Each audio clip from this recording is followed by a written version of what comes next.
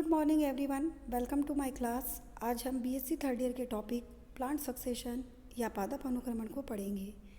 Last video में हमने ecological succession topic के अंतर्गत सक्सेशन की परिभाषा, कारण व प्रकारों का अध्ययन किया था। इसी टॉपिक को आगे बढ़ाते हुए आज हम हाइड्रोसीरी को विस्तार से पढ़ेंगे। हाइड्रोसीरी या जल क्रमक वाटर बॉडी से प्रारंभ होता है तथा कई वर्षों के बाद जाकर यह एक क्लाइमेक्स स्टेज या फॉरेस्ट में कन्वर्ट हो जाता है। उसे हम जल क्रमक या हाइड्रोसीरी कहते हैं। स्थल के आधार पर सक्सेशन के 2 टाइप्स बताए हैं, हाइड्रोसीरी एंड जीरोसीरी। हाइड्रोसीरी जो कि वाटर बॉडी से प्रारंभ होता है जैसे तालाब व झील आदि, तथा जीरोसीरी जो कि शुष्क क्षेत्र से प्रारंभ होता है जैसे नग्न चट्टान। जीरोसीरी के 2 टाइप्स हैं जिन्हें हम अगले लेक्चर में विस्तार से पढ़ेंगे। जल क्रमक वह अनुक्रमण होता है जो जल का या वाटर बॉडी से स्टार्ट होता है तथा ऐसी वाटर बॉडी जो मध्य में गहरी होती है तथा किनारों पर उथली होती है, उनमें हम सक्सेशन के विभिन्न क्रमों का अध्ययन विस्तार से करेंगे। जल क्रमक की विभिन्न अवस्थाएं होती है। हम हर अवस्थाओं को 1 बाय 1 विथ एग्जाम्पल समझने की कोशिश करेंगे। फर्स्ट स्टेज आती है फाइटोप्लैंक्टन स्टेज या प्लवक अवस्था। पानी की अपर सरफेस पर सबसे पहले प्लवमान पौधे ग्रो करते हैं। ये यूनिसेल्युलर और कॉलोनियल होते हैं जैसे blue green algae, diatoms, bacteria आदि। ये जीव तालाब के मध्य भाग में अपनी कॉलोनी बनाते हैं और कुछ समय तक वृद्धि करते रहते हैं। सेकंड स्टेज आती है निमग्न अवस्था या सबमर्ज्ड स्टेज। पहले से वृद्धि कर रहे फाइटोप्लैंक्टन की मृत्यु से तथा आसपास की वर्षा द्वारा लाई गई मिट्टी तालाब की तली में जमा होने लगती है, जिससे तालाब में कीचड़ बन जाता है और रूटेड सबमर्ज प्लांट ग्रो होने लगते हैं जैसे हाइड्रिला, वेलिसनेरिया, यूट्रिकुलेरिया आदि। साथ ही कुछ एल्गी जैसे कारा आदि भी पौधे वृद्धि करने लगते हैं। प्रारंभ में सबमर्ज्ड प्लांट दूर दूर ग्रो होते हैं, परंतु कुछ समय बाद ये जब वृद्धि कर लेते हैं तो ये पास एकत्रित हो जाते हैं और सघनता से फैल जाते हैं। इन पादपों द्वारा मिट्टी के उड़ते हुए कणों तथा किनारों से अपरदित मृदा के कणों को बांध लिया जाता है। इनमें से कुछ प्लांट मर जाते हैं या उनकी डेथ हो जाती है तथा वह ह्यूमस के रूप में बदल जाते हैं और तालाब के तल में कीचड़ के रूप में जमा हो जाते हैं। उपरोक्त क्रियाओं के परिणाम स्वरूप जल की गहराई धीरे धीरे कम होने लगती है। इस प्रकार की क्रिया को यूट्रॉफी या सुपोषण कहते हैं। जल की कम गहराई तथा पोषक तत्वों के संग्रहण के कारण जो सबमर्ज्ड प्लांट होते हैं वह ग्रो नहीं हो पाते तथा नए प्लांट के लिए यह वातावरण अधिक उपयुक्त होता है। अब इन सबमर्ज्ड प्लांट को धीरे धीरे ये प्लांट डिस्ट्रॉय होने लगते हैं तथा इनकी जगह पर नई वेजिटेशन या नई तरह के पौधे प्रतिस्थापित होने लगते हैं। नेक्स्ट स्टेज आती है फ्लोटिंग स्टेज या प्लवमान अवस्था। उपरोक्त कारकों से जलाशय में जल की गहराई कम होने लगती है, जिससे निमग्न पादप और अधिक गहरे जल की ओर प्रस्थान कर जाते हैं। अब इस कम गहरे जल में फ्लोटिंग प्लांट या जो स्वतंत्र रूप से तैरने वाली जातियां होती हैं वे उगने लगती हैं। वे पादप जिनकी पत्तियां जल की सतह पर स्वतंत्र रूप से तैरती रहती हैं लेकिन पिट्यूल जल में डूबा रहता है, वे कीचड़ में जड़ों द्वारा स्थिर रहते हैं। जैसे जैसे फ्लोटिंग और फ्री फ्लोटिंग प्लांट की संख्या बढ़ने लगती है, वैसे वैसे निमग्न पौधों को पर्याप्त प्रकाश नहीं मिल पाने के कारण वे धीरे धीरे नष्ट होने लगते हैं और तालाब की तली में जमा हो जाते हैं और कीचड़ का निर्माण करने में मदद करते हैं। फ्री फ्लोटिंग प्लांट्स जैसे निलंबो, निम्फिया, ट्रापा आदि होते हैं।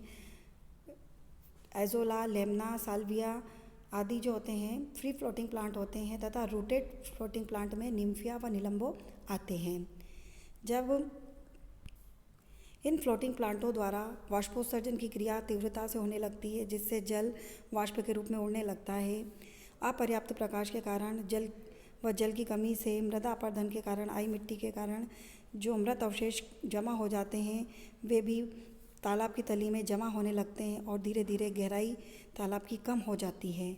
जल के कम गहरे होने से धीरे धीरे फ्री फ्लोटिंग प्लांट भी विलुप्त होना प्रारंभ कर देते हैं और इनके स्थान पर नए रूटेड प्लांट ग्रो होने लगते हैं। तो हम यहाँ पर परिवर्तन क्रम से देख रहे हैं कि सबसे पहले जो है यूनिसेलुलर कॉलोनीज डेवलप हुई। यूनिसेलुलर के बाद सबमर्ज्ड प्लांट डेवलप हुए। जब उनका डेथ और डिके हुआ, जब वो मृत्यु हुई उन पौधों की, तो वो तालाब की तली में जमा हो गए। अब उसके बाद फ्री फ्लोटिंग और फ्लोटिंग प्लांट्स डेवलप हुए।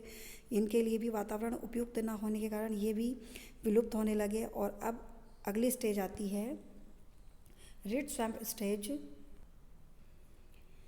इसे एम्फीबियन अवस्था भी कहा जाता है। जलाशय के किनारों पर अपरदन द्वारा एकत्रित हुई मिट्टी तथा मृत अवशेषों के ह्यूमस में निरंतर जमा होने के कारण तालाब के जल की गहराई 2 से 4 फीट तक रह जाती है।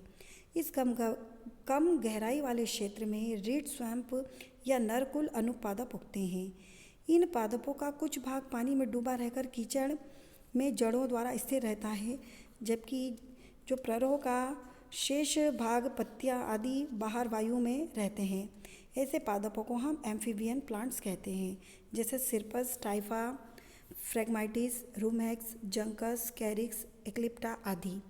इन प्लांट की अधिकता होने के कारण जो फ्लोटिंग प्लांट होते हैं उन तक प्रकाश नहीं पहुंच पाता, इसलिए वे धीरे धीरे खत्म होने लगते हैं। जल स्थलीय पादपों द्वारा जल के उत्सर्जन एवं वाष्प के रूप में निष्कासन होने से तालाब की गहराई और कम होने लगती है तथा किनारों पर कीचड़ बन जाता है।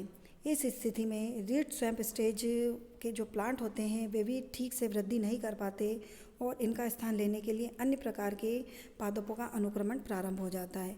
इट मीन्स जब तालाब में ज़्यादा कीचड़ बन जाता है तो वहाँ पर रीड स्वैम्प प्लांट भी ग्रो नहीं हो पाते, तो ऐसी जगह पर दूसरी वेजिटेशंस या दूसरे तरह के पादपों का सक्सेशन प्रारंभ होता है। तो अगली स्टेज आती है मार्श मीडो स्टेज। मिट्टी के जमाव व प्रकाश की तीव्रता के कारण यह क्षेत्र कच्छ भूमि या मार्शलैंड में बदल जाता है, क्योंकि जब ज़्यादा तीव्रता से प्रकाश पड़ता है तो पानी इवॉपरेट होने लगता है, तो कीचड़ जो है कच्छ भूमि में बदल जाता है, जहाँ अल्प मात्रा में ही पानी शेष रह जाता है। इस स्थान पर मार्शी प्लांट जैसे पॉलीगोनम, इलियोकैरिस, आइपोमिया, साइपेरिस, जंकस, साइप्रेसी आदि पौधों की प्रधानता रहती है। इन पादपों में प्रकंदों का जाल मृदा में फैल जाता है तथा अन्य जातियां इनके साथ साथ वृद्धि करने लगती है। उपरोक्त समस्त पादपों द्वारा कीचड़ से जल का अधिक अवशोषण कर वाष्पोत्सर्जन द्वारा वाष्प के रूप में उड़ता रहता है, यानी कि ये जो पौधे हैं इनकी पत्तियों से वाष्प के रूप में जल उड़ता रहता है, जिससे मृदा शुष्क होने लगती है। उपरोक्त क्रियाओं तथा पौधों के मृत अवशेषों के जमा होने से दलदली अवस्था लगभग समाप्त होने लगती है। जब ये पौधे मार्श लैंड में उगने वाले पौधे जब धीरे धीरे मृत होने लगते हैं तो दलदली अवस्था भी समाप्त होने लगती है और अब यहाँ पर शाकीय वनस्पति पनपने लगती है। अगली स्टेज हम देखेंगे वुडलैंड स्टेज।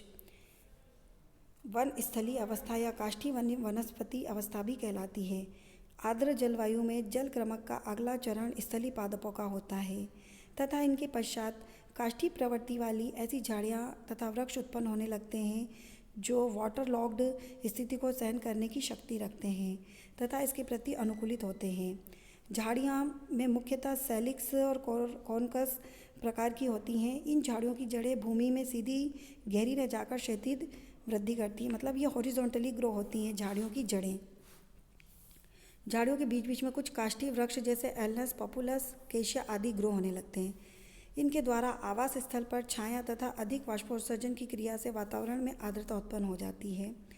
ट्रांसपिरेशन की क्रिया से भूमि और अधिक शुष्क हो जाती है, लेकिन इनकी छाया में तरह तरह के छोटे छोटे वनस्पतियाँ डेवलप होने लगते हैं, मतलब ऐसे प्लांट डेवलप होने लगते हैं जो शेड में ही ग्रो होते हैं, छाया में उगने वाले पौधे ही यहाँ पर वृद्धि करने लगते हैं। अब यह आवास धीरे धीरे स्थल की प्रकृति में परिवर्तन के कारण वृक्षों की वृद्धि के लिए अनुकूल हो जाता है, मतलब अब यह जो वाटर बॉडी थी अब यह स्थलीय पौधों के लिए अनुकूलित हो गई है। तो अगली स्टेज आती है फॉरेस्ट स्टेज, जिसे हम क्लाइमेक्स स्टेज भी कहते हैं। जैसे जैसे भूमि में ह्यूमस का जमाव होने लगता है या ह्यूमस कलेक्ट होने लगती है, जीवाणु तथा अन्य सूक्ष्म जीव इस भूमि में बढ़ने लगते हैं। ह्यूमस के साथ साथ माइक्रो ऑर्गेनिज्म की वृद्धि होने लगती है और भूमि अधिक उर्वर होती जाती है, मतलब भूमि की फर्टिलिटी कैपेसिटी बढ़ने लगती है। ऐसी फर्टाइल भूमि में कई तरह के मीसोफाइट्स डेवलप होने लगते हैं, जैसे अल्मस, क्वेरकस आदि। इन वृक्षों की जो कैनोपी होती है वह बहुत अधिक होती है, जिसके कारण इनके नीचे झाड़ियाँ व शाक पौधे पनपने लगते हैं। यही वन अनुक्रमण की चरम अवस्था या चरम समुदाय होता है। इसे हम क्लाइमेक्स स्टेज कहते हैं। अनुक्रमण प्रक्रिया में चरम समुदाय के निर्धारण में जलवायु का सबसे महत्वपूर्ण योगदान होता है। साथ ही मृदा, भू आकृति, वर्षा, अग्नि आदि कारक भी अनुकूल होने चाहिए। तो इस प्रकार जो क्षेत्र किसी समय गहरे पानी से ढका था, अंत में चरम वन में परिवर्तित हो जाता है, जहाँ प्रत्येक अवस्था में निश्चित अनुक्षेत्र के रूप में विकास देखा जा सकता है। यह प्रक्रम कई हजार वर्षों में पूरा होता है। यहाँ आप डायग्राम के द्वारा समझ सकते हैं कि जो फर्स्ट स्टेज है, जिसमें आप देखेंगे कि एक पूरी वाटर बॉडी है, लेक है, पॉन्ड दिखाई आपको दे रहा है, जिसमें अभी किसी प्रकार के प्लांट्स ग्रो नहीं होते। तो सबसे पहले इस तरह की वाटर बॉडी में, वाटर बॉडी के मध्य में जो डेवलप होता है वो होते हैं यूनिसेल्युलर कॉलोनियल प्लांट्स डेवलप होते हैं, जैसे blue green algae, green algae, bacteria आदि। इनके डेथ होने के बाद अगली स्टेज आती है सबमर्ज्ड स्टेज। तो सेकंड स्टेज में आप देखेंगे सबमर्ज्ड प्लांट डेवलप होते हैं। उनके भी डेथ होने के कारण तालाब के तल में कीचड़ जमा होने लगता है और तालाब का तल उथला होने लगता है। आप देख सकते हैं इतना तालाब का तल उथला हो गया है।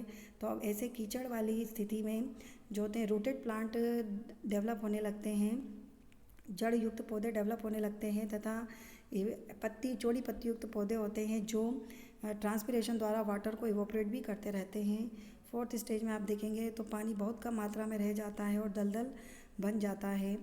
और लास्ट स्टेज आप देख सकते हैं क्लाइमेक्स स्टेज, फॉरेस्ट स्टेज, जिसमें गहरी जड़ों वाले पौधे वृक्ष डेवलप हो जाते हैं। और इस प्रकार हम अगर देखें तो एक गहरा तालाब जो है किस तरह से एक जंगल में परिवर्तित हो जाता है क्रमिक परिवर्तनों के द्वारा, परंतु यह क्रिया संपूर्ण क्रिया होने में हजारों वर्ष लग जाते हैं। तो आज हमने जल क्रमक को समझा, जिसमें एक वाटर बॉडी क्रम से परिवर्तन होकर जो है एक विकसित जंगल में परिवर्तित हो जाती है। Thank you for watching.